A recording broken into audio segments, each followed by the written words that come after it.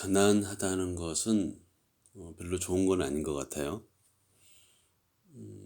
좀 모자라고, 좀 궁핍하고, 더 있었으면 좋겠다. 그것이 더 좋죠. 풍성한 것, 남는 것. 그것은 아마 대부분의 사람들이 원하는 걸 거예요.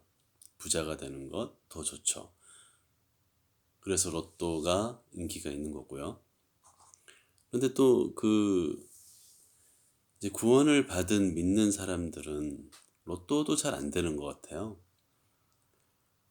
그리고 또 직장 생활이나 또 사업에서 잘 나가는 듯 하면 또 실패하고 넘어지고,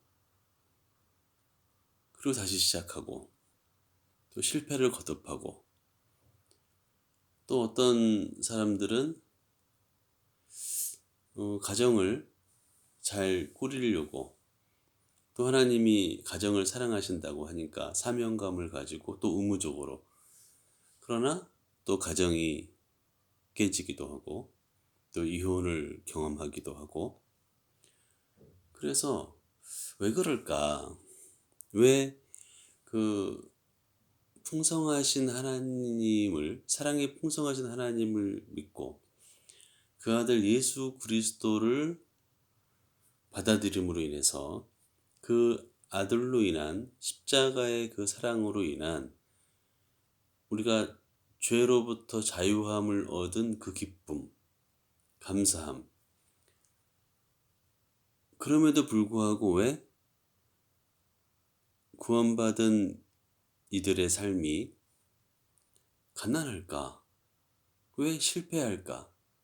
왜 낙심의 자리까지 내려갈까? 성경에서는 낙심하는 것은 좋지 않은 걸로 봐요. 그러나 우리는 낙심을 하죠. 절망을 하고, 때로는 실패의 그 올무 속에서 벗어나지 못할 것 같은 막연함, 길이 없는 그런 것을 경험하기도 해요. 왜 그럴까? 그런데 예수님은 어떠셨을까? 예수님도 집이 없었어요.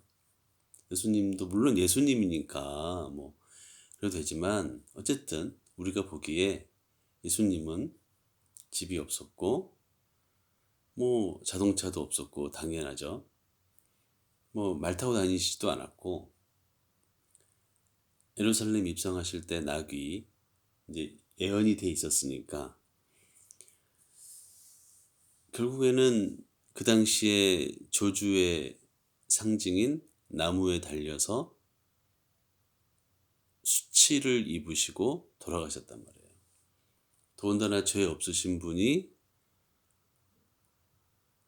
우리들의 죄를 대신해서 돌아가셨단 말이죠.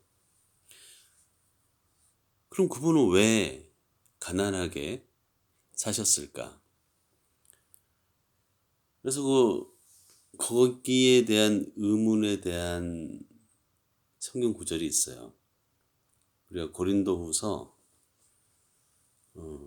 8장 9절을 보면, 우리 주 예수 그리스도의 은혜를 너희가 알거니와. 알죠. 우리 구원함이 은혜로 된 것이잖아요.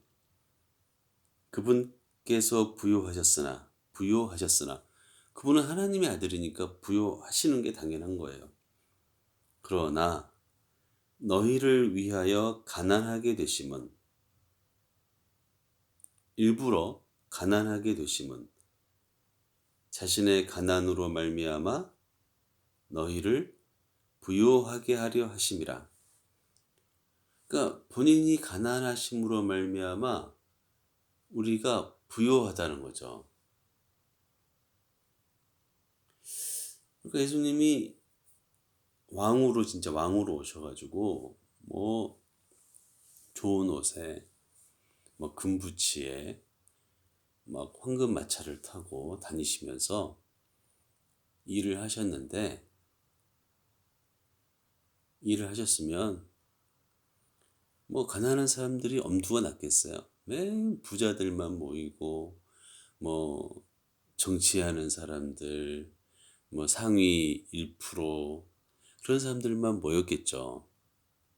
그러나 예수님이 가난하심으로 말미암아서 항상 가난한 사람들과 어울리셨던 것, 배고픈 사람들, 아픈 사람들, 그 당시에 업수의 여김을 받았던 사람들, 무시당한 사람들, 오죽하면 창녀들까지도, 그 당시에 매국노였던 세리들까지도 그런 사람들과 어울려서 식사하시고 또 포도주를 마시시고 그러셨단 말이죠.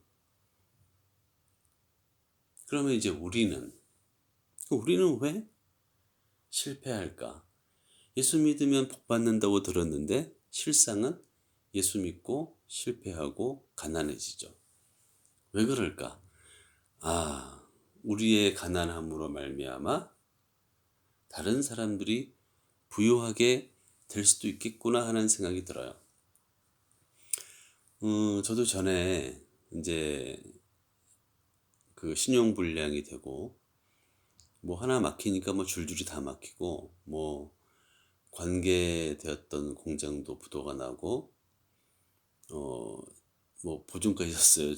그건 좀 어리석은 일이지만 또 그랬던 그 사람도 사업이 망하고 뭐 연쇄 부도 해가지고 저도 이제 실패를 했단 말이죠.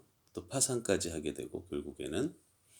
그런데 어느 날 어떤 사람을 소개를 받았는데 교회에서 같이 밥을 먹는데 제가 나의 그런 어려운 상황을 얘기했어요. 했더니 나중에 그분이 하시는 말씀이 뭐냐면 자기도 이제 교회는 안 다녔었고 교회는 오는 이유가 어, 아내와 아이들을 태워다 주기 위해서 오는 분이었는데 그래서 항상 예배 시간에 밖에서 슈퍼에서 음료수 마시고 앉아 있는 분인데 그런데 그분이 하는 말이 그때 식사하면서 나의 실패담을 들었을 때 위로를 받았다는 거예요.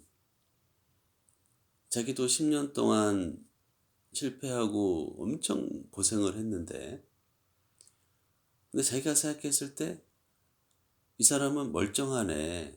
또 뭐 시간이나 뭐 여유가 있으니까 능력이 되니까 뭐 번듯한 교회 다니고 있을 것이고 뭐 하나 부럽지 않게 여겨졌는데 이 사람의 입에서 나오는 말이 본인의 현재 어려운 상황, 실패담 그런 것을 들으니까 위로가 됐다는 거예요. 그 이후에도 저는 그런 것을 경험해요. 제가 그 가난해도 가난해지고 또 실패해지고 잠깐 좋은 일이 생겼다가도 또 실패해지고 나 자신은 힘들지만 나 자신은 가난하게 됨으로 힘들지만 근데 그런 걸로 위로를 받는 사람들이 있더라니까요. 그리고 그들이 한결 교회로 발을 내딛는 경우가 많았어요. 그래서 그리스도인들이 가난하다는 사실은 이것은 부끄러운 일이 아니다. 그리고 우리가 살아가면서 이것을 자랑으로 여겨야 된다. 나중에 우리가 가난함으로 말미암아서 가난을 인내로 지켜갔던 그 사실이 나중에 칭찬받을 만한 일일 수도 있겠다. 왜냐하면 예수님이 가난해지심으로 우리를 부욕해 하신 것처럼 우리도 가난함으로 말미암아서 우리의 가난이 믿지 않는 사람들이 믿을 수 있는 마음을 얻을 수 있도록 그냥 뭐 위로를 받은 것도 훌륭하죠.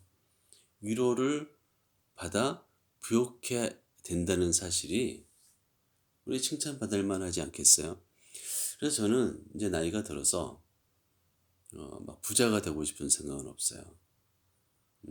하나님이 가난을 하기로 저에게 가난의 그 은사, 뭐 은사는 아니지만 가난을 주셨다면 분명히 뜻이 있으실 것이다. 그리고 가난한 사람들이, 힘든 사람들이 저의 모습을 보고 저래도 하나님을 믿는구나. 저렇게 실패해도 하나님을 믿는구나.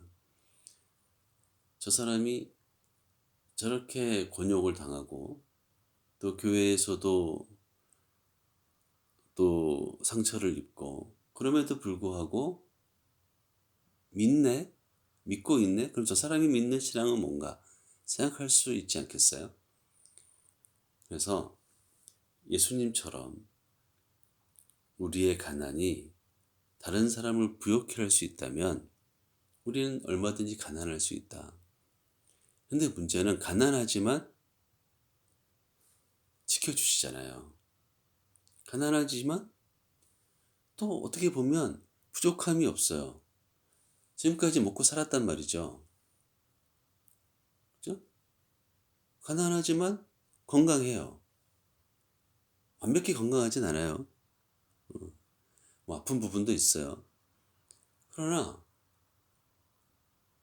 이 돈 때문에 힘들고 좌절하고 뭐 바닥을 치고 재활을 뚫고 나가고 산전수전을 겪는 거지만 그 다른 부분에 대해서는 하나님이 지켜주세요.